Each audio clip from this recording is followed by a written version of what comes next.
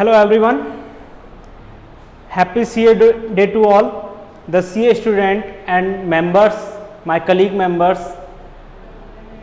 आज जैसा कि हम जानते हैं 1 जुलाई 1949 के दिन इंडियन गवर्नमेंट ने एक एक्ट एनेबल किया जिसका नाम है the institute of chartered accountants act. ये एक्ट सिर्फ एक कोर्स ही नहीं है बल्कि ये इंडिया की पूरी इकोनॉमी या एक इकोनॉमिकल डेवलपमेंट अगर हम बोलें तो उसके एक जो डेवलपमेंट है, विकास है, उसमें एक महत्वपूर्ण या इम्पोर्टेंट भूमिका निभा रहा है।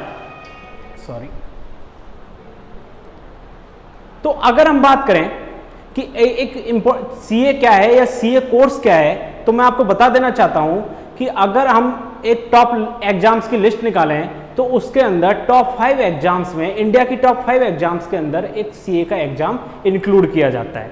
ये टफ भी है और एक रेप्यूटेड कोर्स है जिसकी हम कल्पना कर सकते हैं। अब मैं आपको जैसे बात बताऊं कि एक सीए कोर्स के अंदर क्या क्या चीजें इंक्लूड है और कहां पर ये काम आता है, क्या इसका स्कोप है। तो हम बात करें कि इसकी जो प्रिपरेशन है वो आप 11th क्लास से ही स्टार्ट कर सकते हैं। आफ्टर 10th अगर आप कॉमर्स लेने के इच्छुक हैं तो आपके लिए बहुत ही गोल्डन अपॉर्चुनिटी है, क्योंकि आने वाले जो टाइम है हमारा, इसके अंदर एक सीए या कॉमर्स की जो स्ट्रीम है इसका स्कोप इतना बढ़ने वाला है कि आप इसकी इमेजिनेशन भी नहीं कर सकते। ऐसा मैं इसलिए बोल रहा हूं क्योंकि आने वाला जो टाइम है वो इंडस्ट्रीज का और एक बिजनेस का, इकोनॉमी का टाइम होगा। तो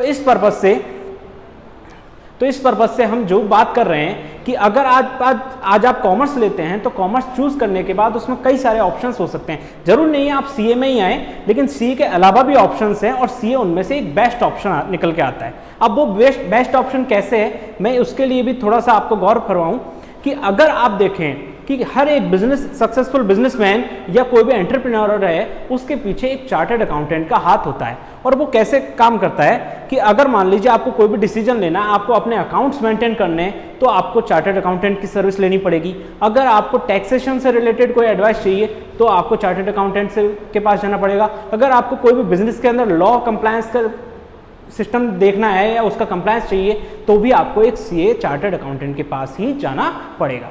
तो कहने का मतलब है ऐसा कोई भी बिजनेस नहीं है आज की डेट में जिसमें सीए का रोल ना हो। तो मैं उम्मीद करता हूं कि आप सब लोग मेरे इस वीडियो को, जो लोग देख रहे हैं और जो पेरेंट्स लोग भी इस वीडियो को देखने के बाद आप अपने बच्चों को कॉमर्स दिलाने के बारे में जरूर सोचेंगे।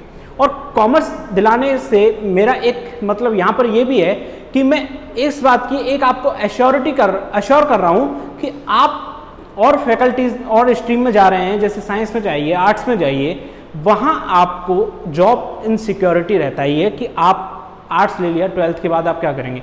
मान लीजिए साइंस में आते हैं तो साइंस में आने के बाद आपके पास ये श्योर नहीं है कि आपका नीट में सिलेक्शन होगा या नहीं होगा, आपका आईआईटी में सिलेक्शन होगा या नहीं होगा। मैं ये नहीं बोल रहा हूँ कि सीए में 100% सिलेक्शन होता है, नेवर, मैं ऐसा नहीं बोल सकता हूँ और ना होता है। लेकिन मैं ये बोल रहा हूँ कि कॉमर्स आपको एक अच्छी कैरियर ऑप्शन देता है कि जहाँ पर आपको अगर बेसिक नॉलेज भी है तो आप अकाउंटिंग का तक काम कर सकते हैं। लेकिन आप अगर अदर स्ट्रीम्स की बात करें तो वहाँ आपके पास ऐसा ऑप्शंस नहीं है। ओके, इस चीज़ को आप इसको दूसरे तरीके से सोच सकते हैं कि अगर हम सक्सेस रेट देखें, जैसे इस स्कूल से भी आज कई सारे सीए बन चुके हैं, कई सीएस बन चुके हैं, कई और लोग कई और सर्विसेज में हैं। अगर आप एक सक्सेस परसेंट निकालें कि कितने लोग जिन्होंने 11th-12th में कॉमर्स चूज़ किया और कितने लोग ने बाकी सब्जेक्ट्स को चूज़ किया, अगर उनका हम सक्सेस परसेंट देखते हैं तो हमें ये पता चलेगा कि commerce is far better than other streams. और जैसा कि इसमें कई सारे ऑप्शंस आपके हो सकते हैं, जैसे कॉमर्स के आप 11th-12th जब लेते हैं तो उसके बाद इसमें कई सारे ऑप्शंस आते हैं, जिनमें फर्स्ट ऑफ ऑल सीए, उसके बाद company secretary, next cost and management accountant, advocate या जैसे लॉयर, एमबीए, बिजनेस, ये सारे आपके पास ऑप्शंस खुले हैं जो प्रोफेशनल कोर्स में जाते हैं। इनके अलावा अगर आपको कोई गवर्नमेंट सर्विस में जाना है तो वहां पर भी आप इसको चूज कर सकते हैं, क्योंकि गवर्नमेंट सर्विस के अंदर भी अगर हम बात करें, जैसे अकाउंटेंट्स के हैं, जूनियर अकाउंटेंट्स हैं और कई सारे ऐसे पोस्ट हैं जहां स्पेसिफिकली सिर्फ और सिर्फ कॉमर्स बैकग्राउंड का पर्सन सेलेक्ट किया जाता है। तो मैं वंस अगेन आप सबसे एक रिक्वेस्ट करूंगा कि जैसे मैं अभी देख रहा हूं कि कॉमर्स के बच्चे धीरे धीरे कम हो रहे हैं, कि ये पेरेंट्स को लगता है कि इसके अंदर स्कोप नहीं है, तो मैं आपको इंश्योर करना चाहूँगा कि ऐसा बिल्कुल भी नहीं है। आप ये सोचना छोड़ दें कि कॉमर्स का स्कोप ख़त्म हो चुका है या ख़त्म होने वाला है। मैं आपको दावे के साथ ये कह सकता हूँ कि कॉमर्स का स्कोप ना कभी ख़त्म हुआ है और ना कभी होगा, बल्कि कॉमर्स का स्कोप दिन जैसे जैसे दिन डलेंगे वैसे वैसे कॉमर्स का स्कोप बढ़ेगा ही बढ़ेगा। क्योंकि आने वाले अगर टाइम में हम देखें तो आप अपने शहर के अंदर देख लीजिए कि कितने लोग बिजनेस से जुड़े हुए हैं और कितने लोग बाकी अदर स्ट्रीम से जुड़े हुए हैं। आप हमेशा पाएंगे कि ज़्यादातर लोग सिर्फ और सिर्फ बिजनेस या कॉमर्स बैकग्राउंड से जुड़े हुए हैं, चाहे उन्होंने पढ़ाई किसी भी लेवल से की हो, चाहे वो आर्ट्स से पढ़कर गए हों या साइंस से पढ़कर गए हों। ज़्यादातर का जो कनेक्शन बनता है लास्ट में जाकर वो बिजनेस के साथ ही बनता है। तो आई होप कि आप सब मेरी बात को पसंद करेंगे। ओके, तो दैट्स ऑल।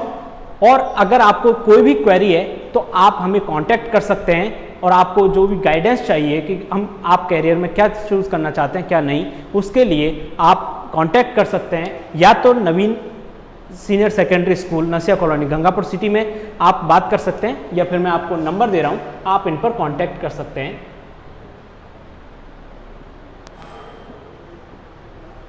7289880805 ये कांटेक्ट नंबर हैं जिन पर आप कांटेक्ट कर सकते हैं, और आप अपने जो कॉमर्स से रिलेटेड जितनी भी आपको गाइडेंस चाहिए आप उनके बारे में जानकारी ले सकते हैं। Until then, thank you.